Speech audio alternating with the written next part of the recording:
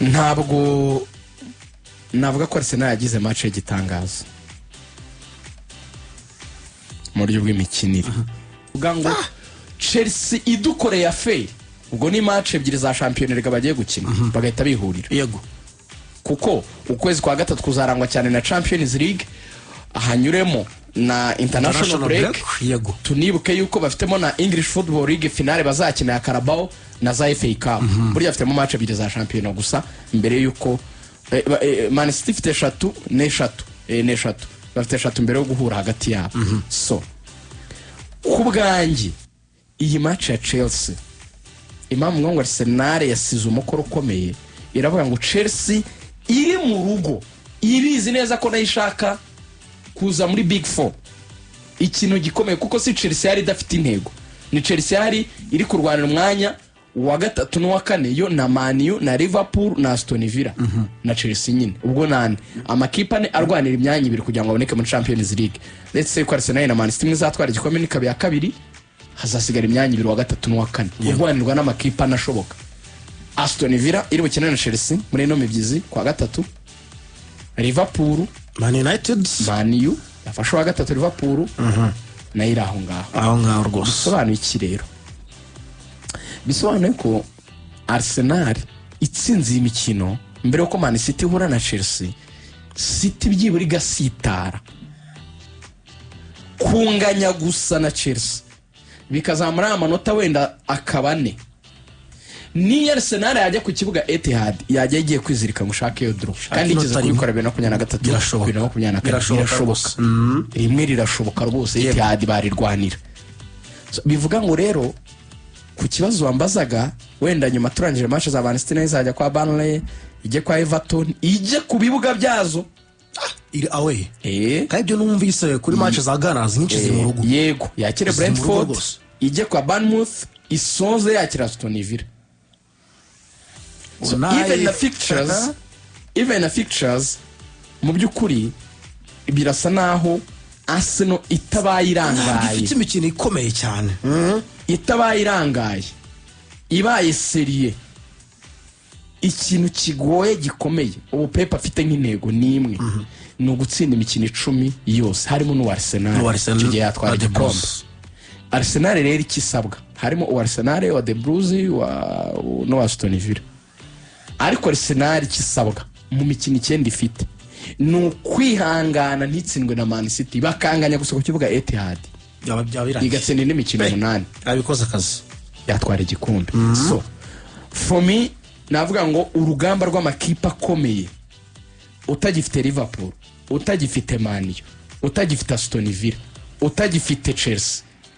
utagifite Tottenham nayo buriya nyine igikubagana utagifite Brentford kuko nayo ni inkubagana ikipe igoye isigaye ni Man City ku kibuga cyane Man City na Newcastle sava Newcastle Arsenal iracyayifite abantu bayivuza bane bantibeshye niba inanayifite Newcastle irimo niba inanayifite Newcastle yabiri buze ku kibuga cya Arsenal Newcastle nayo nimva yivuzemo niba ntibeshye navuze Everton izacyana Newcastle izacyana Newcastle na Fulham izacyana Newcastle na Fulham izazakira ariko ikiza ziri mu rugo so for me yari message ikomeye yuko babaye serious iki gikombe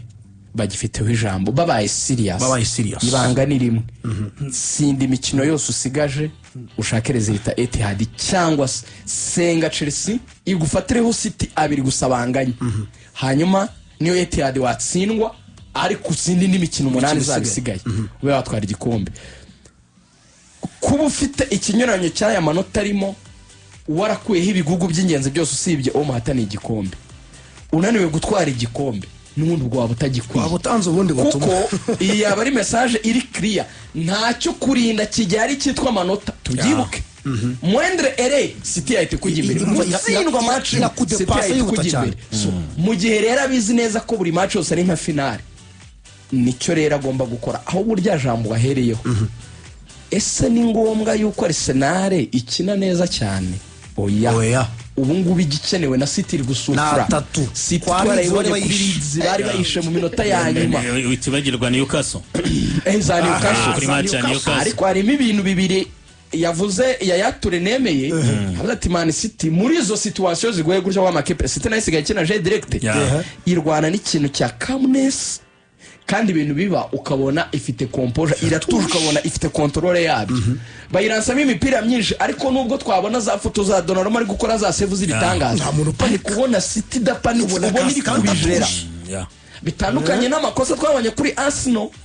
yo gutsindwa igitego cya Wolves cy'amafuti ku munota wa nyuma bakifata mu mutwe umupira w'umwana w'imyaka 18 ahinduye gardien ufata no defenseur yawo clearing banirwa kumvikana utwo tuntu twa manque de communication utwo tuntu two nka turiya Declan yari atangiye gukora kuri Tottenham no gwaje kwitsinda two kwamburwa imipira bagahita bagenda bakabatsinda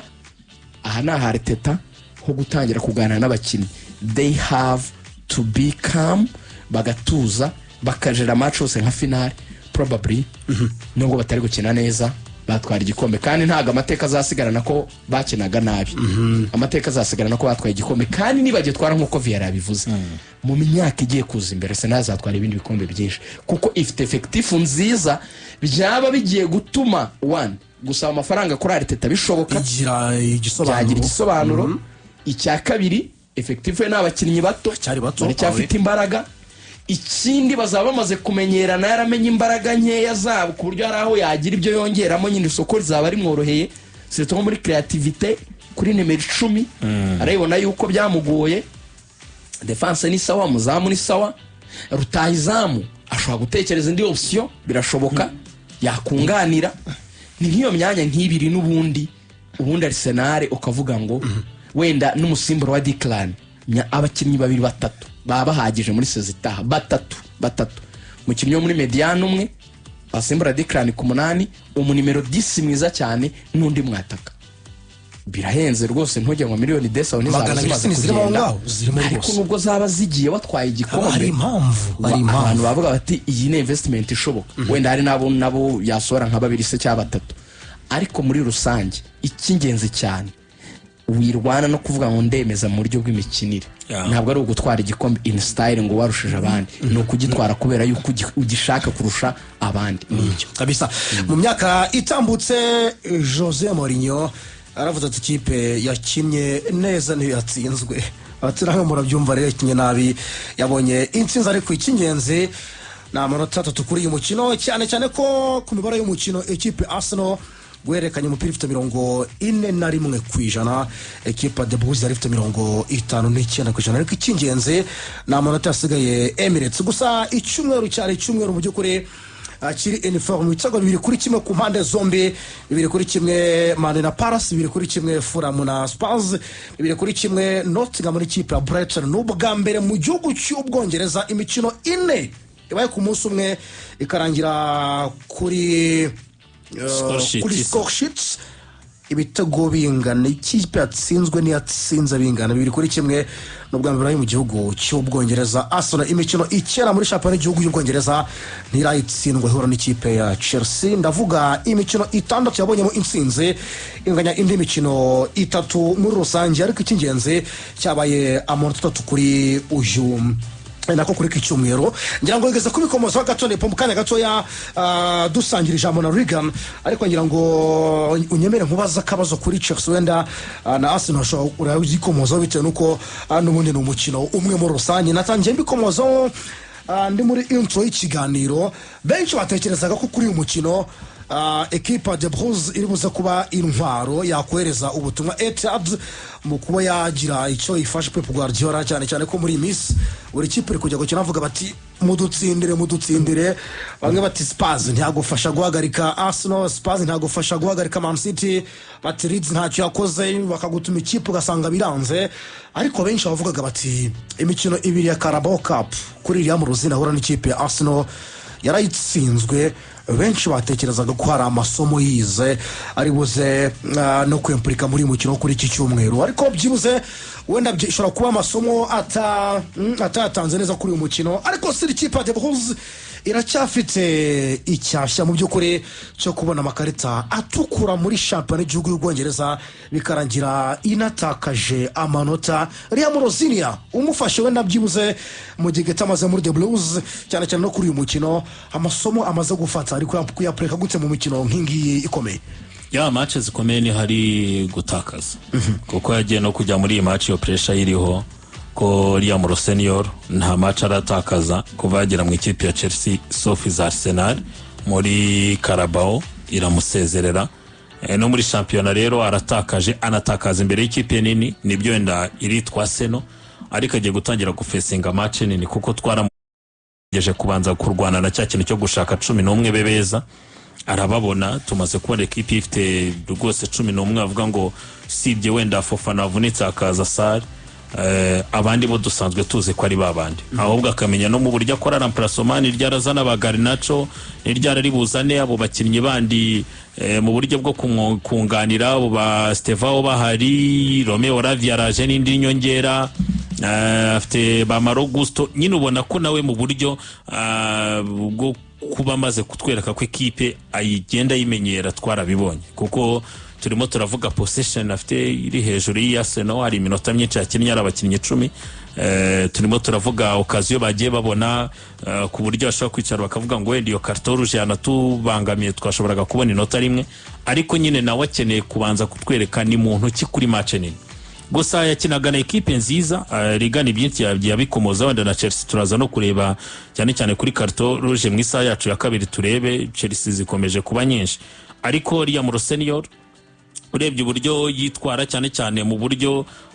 bwo gushaka igitego mu buryo bwo kugarira ubone ekipe igenda igira balance ahubwo igisige no kuvuga ngo ese iyi kipe agize amahirwe akarangiriza mu myanya ine ya mbere azakora iki wenda mu isoko ryo muri Mercato kuko hari ikintu ubona nyine Chelsea misinga cya leadership muri secteur zose urareba yaba muri defense yo mediane ukagera muri attack ukabona nyirabura cya kintu cya leadership aya nacyo kizaza na cya kintu cyo gutuza ku bakinnyi b'ikipe ya Chelsea bakirinda ayo makosa ya hato na hato atuma babona amakarita tukura gusa ku ikipe ya Arsenal bakinaga navuga ko nayo yari nziza turavuga witwa David Raya mu minota 90 wakoze save enye ziremereye cyane mu gitego kimwe yinjijwe ikikubwira ko ari ekipe nyine ba facing gift umuzamu mwiza Raya muri iyi season afite clean sheet 13 mu mikino 29 akaba amaze guterwa amashoti 67 akora save 44 yinjizwa ibitego 22 no umwe mu bazamu beza bakinaga nabo turavuga defense y'ikipe ya Arsenal ari ikintu rigani yakomojeho kuba Arsenal yatsinda ku bitego by'imiterekano si ikibazo wabonye kuri no kurwana no kubata record itarigeze ibaho kuko yari isanzwe y'ibitego 16 n'ubundi bongeye kuzuza uyu mwaka bari bayifite 2023 2024 Ordama yari ifite 9-2-9-3 West Brom yari ifite 9-5-2016 bivuze iki bivuga ngo ne equipe ya Arsenal nyine ifite izindi option nyinshi zo kuba yakora igitego mu gihe byanze muri open play ishobora gucungira ku mipira y'imiterekano ishobora no gucungira wenda mu bundi buryo kuko Arsenal kugira ngo abantu babyumve iyi sezo mu marushanwa yose muri open play imaze gutsinda ibitego 29 set pieces imaze gutsinda ibitego 19 bine byitsinzwe na adversaire bitatu byo kuri contre attaque na bitatu bya penalty ikipe ya Arsenal aba defenseur bayo bamaze kugira uruhare mu bitego 22 batsinze 9 batanga assist 13 abo bakinnyi barimo Juliette Iber ufite ibitego 8 amaze kugira mu ruhare yatsinze bitatu atanga assist 5 Magresh ibitego bitatu assist 4 Royal rw'ibitego 7 Carafiori ari hafi aho Piero Incapi umwe ni bitatu Piero Incapi 2 Saliba yagize urare mu gitego na Ben White bivuga ngo none ya attack ya Arsenal tubizi kuri kugurwa no kuba ya performinga neza byaragoye kuri Victor Gyökeres wenda uyu munsi aragenda mu mikino yavuba nk'itandatu nabyo turabigarukaho agenda agarura navuga ngo ibihe byiza by'urutayizamu areba uburyo yamufasha kuba mwiza cyane cyane bigendeye ku mikinire yamufasha ukabona ko ikipe ya Arsenal byibuze bikera Arteta nacyo kintu ashobora kuzatwaza iki gikombe cyangwa se afite nk'iturufa abandi batafite nyine ntabwo byacungira ko atake gusiza kukuyobora n'izindi departement bashobora gufasha Arsenal ikaba yabona insinzi bataka ba defenseur bakabitsinda ari nabo bareberwa cyane muri ya mipira y'imiterekano tuvuga Arsenal ifite imibare myiza nagiye kubigendanye na open play batsinda nagarutse kuri iyo mibare ariko reka mbitware mu nteruro imwe igirira Mikel Arteta yagize amahirwe ise zijya gutangira abona icyo yari yarabuze ari cyo Swadinin niyo yo kwibyaza umusaruro niyo yo kuyikoresha noneho cyagihe biti cyo gusarura yatangiye ari projet bayikuza gake gake biragaragara ko bayishyizemo noneho za pionini biganisha ku gusarura ari byo kubona igikombe nka Premier League baheruka kera ari ugutwara bya bikombe binini none n'abakunzi ba Arsenal bakishima iyi Swadinini Arteta mu byo azajya akora byose azajya amenya yuko ni match watsinda nibyo yakorohe cyangwa se yakubanye ingume ariko ikikeneye n'insinzi nkuko mwese mwabivugaga hakazamo na cya kintu cyo kumenya uburyo ugendana n'umukino ibyo bintu byose ushaka kufite Swadi nziza bimenye igomba kugutwara muri ibyo byose nari ndimo nkomoza ku kantu ko kuvuga ngo Arsenal imaze iminsi itsinda bidakonvenka nabonye ba Chris Sutton bagenda bigarukaho barabyuka amagambo yaba Roy Keane abantu ntibatinye kuvuga ko ngo Arsenal iramutse itwaye igikombe yaba ariyo kipe ngo itwaye igikombe mu mateka ya Premier League itakimerita ibintu nk'ibyo byagiye bivugwa ariko nabasesenguza ibyo Arteta ajya bikomoza n'abadikrani ko ibyo biva hanze babiteye umugongo babyima amatwi bashaka gufokasinga ku cyitwa guperforminga neza kwitwara neza bagatwara igikombe ariko ari kintu agomba kumenya Ligani abikomoje neza aravuga ati Pep Guardiola turibuka match zagiye zimugora kandi akabasha kuzikuramo amanota match ya Leeds United uziko bara Leeds United ijya gukina na Man City wari umukino urengo wa 25 bakinnye hejuru ya saa 11 mu rugo badatakaza buraba kugira kuri Leeds United imaze imikino 25 ikinira mu rugo hejuru ya saa 11 idatakaza iryo nakagoroba bura mu kagoroba ni ibintu birakwica ni mu bapapa bati kagoroba k'ababyeyi k'abapapa basesengura biba ari ibibazo ariko muzarebe nakunze ubusesenguza abatarami uraya bakoze Pep Guardiola muri za match zamugoye iyi saison byibuze ngo remplacement akore 5 eshatu muri zazana abakinnyi ba defender do character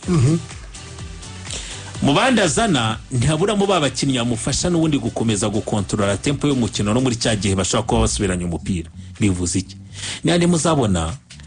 Ruben Diaz yarari hanze ajemo Kusanov yari yabanjemo ajemo Nathan Ake ariko arareba akavuga ati reka ngwe nk'urugero kuri match ejo bundi yarabonaga ko yamugoye agera habona ko akeneye elema nka Nathan Ake agera habona ko Tijani Render akeneye kunganira Rudirata kiri wenyine mu buryo bwo kurekipera ngo bihaze kipe mu buryo bwo kugumana umukino cyangwa se no muri bwa buryo bwo kudomina agashyiramo ariko na cya gice cy'umukinnyi usatira nka Savinho wamufu abafasha muri cyagiye bagiye mu counter attack wakunganira Semenyo n'abandi ari naho iyo urebye match ya Wolves ndetse na match ya Brentford ni bya Arteta watsinze igitego iyo atsinze igitego none equipe iri mikina twemeranye ko abarimo nubwo wakina ushaka n'ikindi gitego abarimo n'imibare yo gukina ushaka kurinda ibyagezweho ese muri cyagiye urwana no kurinda ibyagezweho abagufasha muri urwo rugamba ni bande uyu munsi utangiye kugenda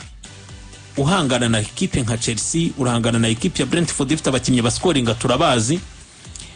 urimo uratekereza kuko nibyo Gabriel Jesus yasimbura Gyökeres ukanatekereza ko Martinelli asimbura nde asimbura Trossard ukanatekereza ko Odi asimbura Ezari we wabanjemo cyangwa se ukanatekereza ko no kurundi ruhande Madueke asimbura Bukayo ariko nubwo abo bakinnyi bajemo nyine bari bugufashe gushaka ikindi gitego ariko twemeranye yuko n'igice kidefanda babonye umusada byaba byiza ariko mu buryo buri balanced nibyo ushaka kuzana abakinnyi bataka nyine Arteta ni uburyo bwo kubijana icyo Ligani yavuze